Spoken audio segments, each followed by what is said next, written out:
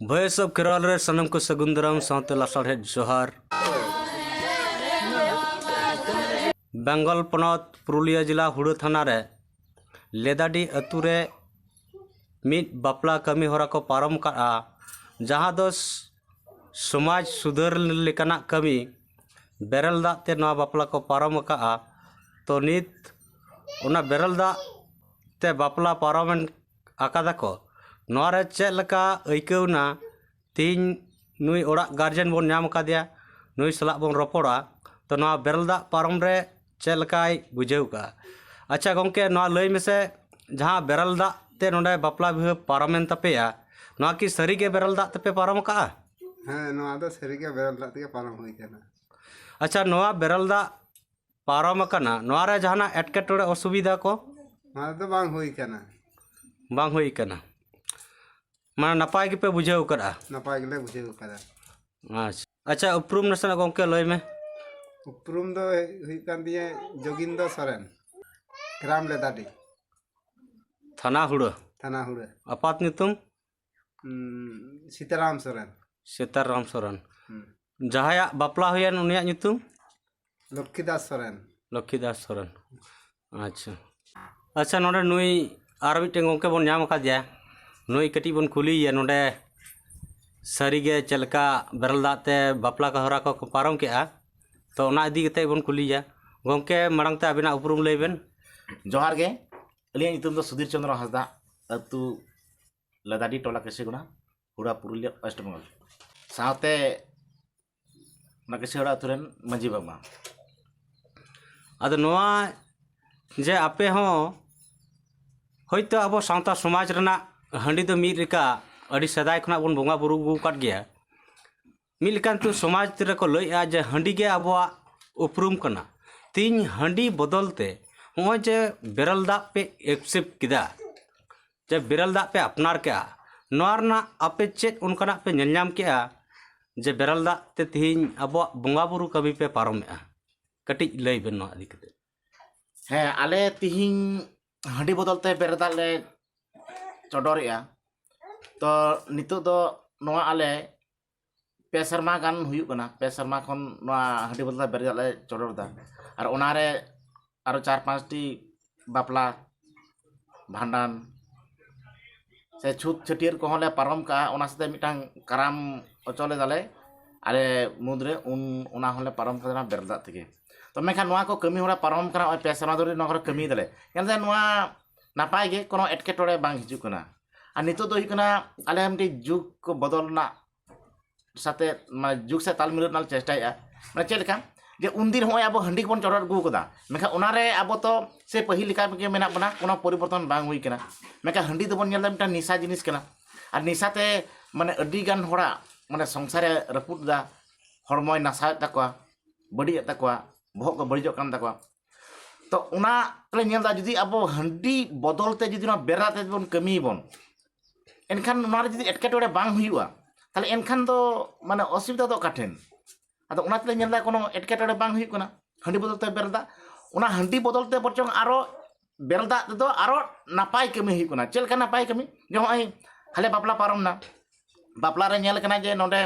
ठंडा बनाव खन से आरो चेट को लगभग ना तबना उनारे आमडा को तांग अब हंडी को बन दोयतेन उनारे हंडी बन छामडा लेते बन दड़म बन अतु हर को तहना उनको को न्यूए को न्यू कते को बुलु ako कजे खपरी एटकेटोड़े हिने निये एपरेंडे सिरजिआ मेखान नोंडे दो छामडा लेते कोनो हंडी ना कोनो व्यवहार के बनुआ उनका हंडी टुकुई बांग दो हो कना तो उनाते हंडी न्यू कते बुल कते माताल हो बनु कुआ छामडा लातारे और उनाते उनका लका झूठ जमला कजे खपरी जिनसे बांग हुई केना बापला को मच ना पाई तके पारमना और नोआ ताले हंडी बोलते बेरदा चटोरले ते नापायले बुझेते और हंडी तो बन बाड़े के जतोर बन ना तो बड़ी जिनिस कना और ओना बड़ी जिनिस खातिर ते मिटांग ओय सोशल मीडिया रे मिटांग किछु दिन कोन वायरल कना जे हाले के ओना फर्स्ट मार्च से मिटे दुमके रे नेल कना मिटांग माने यूरोपियन माने स्पेन दिसोम रेन मिटांग अकिन का स्वामी श्री किन तहे कना और उनी महिला चेतान अब माने सांतार कोड़ा को माने 8 जन कोड़ा को तहे कना उनको उना को अरेस्ट काट कोआ उना रे सोशल मीडिया रे ñelok kana तो उनको उनी महिला चेतन बेबड़ी को कमी का तो उना रे उनी महिला स्टेटमेंट लेकाते ñelok kana से सोशल मीडिया ñelok kana उनको जहां उनको 8 जन को बड़ी को कमी कदा उनको को ñelok kana जतो हर के बुल माताल को तहे kana मान नेशाग्रस्त को तहे kana तो उना रे ñelok kana जे नुकु होतो नेशाग्रस्त से को न्यू बुल लेन होते नुकु बड़ी जिनिस को कमी दाड़ेदा से उनार को बहराय kana को तो मेनखान सत्य जुदी को तहे को से न्यू बुल जुदी बांग को तहे को एनखान तो चले बांग को कमी दाड़े क्या उना मा मिटांग हुयन उना मांग ना ñel kana मिटांग मालदार ना घटना 13 बছर मिटांग कुड़ी दिले उनी हो आको ना सरहाय अक्तो माने उनी हो का बेबड़ी कमी काते उनी को माने कुटुम गज का दिया को तो उना रहो ñelok kana abo ना सरहाय करे बाहा करे abo बन ñelदा हंडी पूरे बन जस्ती बन व्यवहार बन न्यू बुलु कान ताबन को और उनका बेबड़ी कमी बन जपड़ा कना तो उनारे आले चिंता बड़ाया जे अब नोआ जहां बन कमिया जे हंडी बदलते बेरल दा नोआ तो नापायक कान गया और नोआ ते मिटांग हंडी बदलते बेरल दाम कमी लिखान आम जुदी ओड़ा रे हंडी के बाम दहोया तो बाम दहोय खान ना न्यू बांग हुआ और न्यू बांग खाइ दो ऑटोमेटिक आमा से आमरेन गिदर पिदर नुकु को ñela जे नोआ तो बाको दहोया से बाबन न्यूयबन तो उनकाते होयतो किछु बुल माताल को कम दाड़े को नोना मिटांग चिंता भावना चलाक कना अच्छा गोंके नोआ हंडी मा मिल लिकाते नुका बेरल दाते बोंगा बुरु इदी लेनका हंडी मा अचोगोग गे मेनकार सोशल मीडिया रे मिद मुद्दा रकाब करा नोआ हंडी इदी केते जे नोआ हंडी जुदी अब समाज करा बन सहाया समाज रना आइडेंटिटी अब मिल लिकाते चाबा नोआ की सरी गे अब चाबा हाँ सोशल मीडिया रे ñelok kana भाइरल कान गया उना को किछु को कथा को राकाब गया किछु गोंके को जे नोआ हंडी बन चाबा लेखान द अब हयतो अब आइडेंटिटी चाबा तबना मेनखान अब जे नय आदिवासी कना बन से एसटी कना बन कास्ट सर्टिफिकेट बन बिना दा तो उना कास्ट सर्टिफिकेट बिना अक्तो तो उन तो अब तो बाको कुली बना जे आपे तो हंडी पे आम दो हंडी न्यूई से बांग से हंडी चोरर से बांग तो उना को तो बाबो कुली बना मेनखान उना बात kan होय बन ñamदा अनकु कुर्मी को नितु को एसटी लगी अडी जोरदार आंदोलन को लगाव कना अडी गन हर को मिदा नुकु तो बाको एसटी दाड़ेया मेनखान नितु तो उनको एसटी लगी ते अडी जोर सोर रे मिना को मेनखान उनको तो ओंडे तो बाको कुली को जे आपे तो हंडी पे न्यूई से बापे न्यूया मेनखान उना तो संविधान आईन लिखाते संविधान मुताबिक लिखाते दो ओंडे तो आम दो हंडी न्यूई से बाम न्यूया उना तो मारांग कथा तो मांग कना अच्छा गोंके रोडे जहां कुकली हिजु कना जे हंडी जुदी बिटांग आइडेंटिटी हुई दाड़ेया सांताल समाज रना और कुड़बी को आदिवासी लगित को माने आबो जाति जुड़ी को नाम सनाइत को ताले उनको तो हंडी को बनाव लखान से हंडी को न्यू लेका हंडी को बोंगा लखान उनको को आदिवासी को लेका ताले आंदोलन ना कोनो लगती ना बांग ओना तो उनका कथा तो बांग कना जे एसटी बनाव लगित तो हंडी तो बांग चोटक लगा को से हंडी तो बांग न्यू लगा को कारण नोआ तो मिटांग पार्टी पॉलिटिक्स राजनीति ना व्यापार कना चिदा से नोडे झारखंड को ñel कना जखन हेमंत सोरेन मुख्यमंत्री तहे कना उन ñel कना उनी हो केंद्र सरकार ऑल काते भेजा केदाय जे कुड़बी को एसटी मा उड़ीसा खन ñel ना बीजेडी सरकार नवीन पट्टनायक उनी हो ऑल काते केंद्र ते भेजा केदाय जे कुड़बी को एसटी मा अब बंगाल रहो ñelok कना ममता सरकार ममता दीदी उनी हो ऑल काते केंद्र ते भेजा केदाय कुड़बी को एसटी मा जखन हानतेन देखन को कथा को रखाबा संसद रे तखन दो ओंडे जुदी उना तो जहाय के उना तो वोट ना व्यापार में का 2/3 मेजॉरिटी जुदी न्यामा सपोर्ट आको ताले तो ऑटोमेटिक उनको तो को एसटी को बिना को ओंडे तो उनको तो उना एसटी बिना समय तो बाको कुली को आपे तो हंडी चेट पे बुंगाया से चेट पे न्यूया से चेट पे चिकाया उना को तो बाको कुली को जे उनको को जुदी को सपोर्ट आको जे हे नुकु माने एसटी को आबन एसटी माको एनखान को एसटी दाड़ेआ उनाते जाहिर बुंगा और बाय बुंगा हंडी न्यूया से बाय न्यूया उना तो उनको तो ñel बाको चला को आरहो अडी दमान कथा नुई गोंके लैयात बुना आरहो मिट कथा बन कुलिये गोंके अड़तिया बुना जहां दो नोआ हंडी सलखान मुर्मू आयुरते हंडी बदलते बेरलदा ते सनाम लेकाना बोंगा बुरु को पारम रेना समाज सुधारना कथा लैया मेनखान नोय जे को लैया जे सलखान मुर्मू गोंके दो समाज मिल लेकाते चाबायना कुरुमुटु कनाय हंडी चाबायना माने समाज चाबायना मेनखान जे हंडी गे समाज रे मिल लेका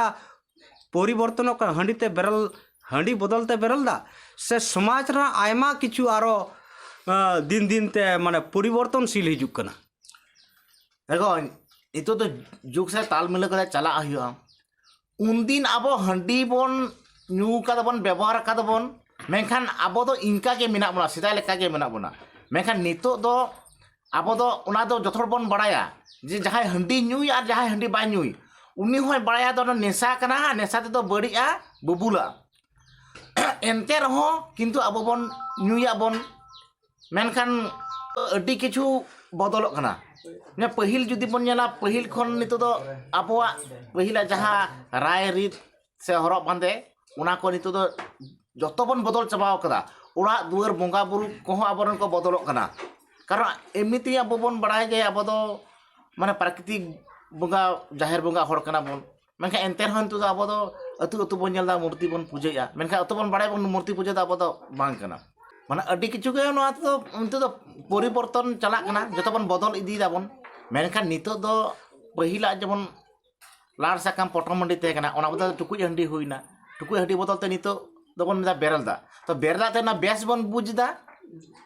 मतलब भलीम बुझ खाय न ओरा तो एक्सेप्ट गया और बड़ी एम बुझ खाय तो ओना तो बांग एक्सेप्टा और नोआ दो नेलक कना अबरन दिसम गंके परसी जितकर ये सालखान मुर्मुआ उनिया अयर सुतु ते नोआ कमी होरा चला कना तो मेनखान जहां को भली को बुझदा हे बेरल दा ते हो गानो गया से नोआ ते हो भली गया उनको कमी दा मेखा उनी तो सालखान मुर्मु तार को जोर जुबिस तो बाय मेता को कना जे आम न हंडी बदलते आम बेरदा बिना कराव के लगा मिया जहां भली बुझदा बदल दाय कराव दाय जहां भली बाय बुझदा जे बांग अब सिदाय कना मा थाने आम दो मा सिदाय लिका के तहन में सिदाय लिका के न्यू बुल कते घोलटाव तहन में जहां को उनका को कमी दा और जहां भली को बुझदा उनको को बदल दा को निया नुकिन बाबू तकिन जहां बन नेल किना नुकिना के नवा सार सगुन बापला कमी होरा हुई पारम ना बेरल दा ते तो नुकिन थोड़ा बन कुली किना बाबू आमा उपरुम करी ले में ᱧᱩᱛᱩᱢ ᱫᱚ ᱞᱚᱠᱠᱷᱤᱫᱟᱥ ᱥᱚᱨᱮᱱ ᱟᱹᱛᱩ ᱞᱮᱫᱟᱲᱤ अच्छा नॉय जे बेरल दा तपे बोंगा बुरु पे कमी सत केदा बापला सगुन कमी पे पारम के नोरा जहाना एटके टोड़े बुझे आबेन बाम बाम ᱱᱚᱣᱟ ᱫᱚ ᱠᱳᱱᱳ ᱮᱴᱠᱮᱴᱚᱬᱮ ᱵᱟᱝ ᱦᱩᱭ ᱠᱟᱱᱟ अच्छा नॉय बन नेल केट गया नुकिन जहाया सार सगुन हुईना नुकिन होकिन लई के जे ना बेरल दा ते पारम कतेन हो बोंगा बुरु पारम कतेन हो नपाय गे किन बुझे के से नपाय गे हेना किना एडे खान नित अब बेरल दा दो अब समाज रे मिल लिका अड़ी बेसोआ चेदा से नोआ हांडी बदलते बेरल दा बन समांग लेखान बई बई ते अब समाज रेन निशा भक्त हड़ को तायमोआ।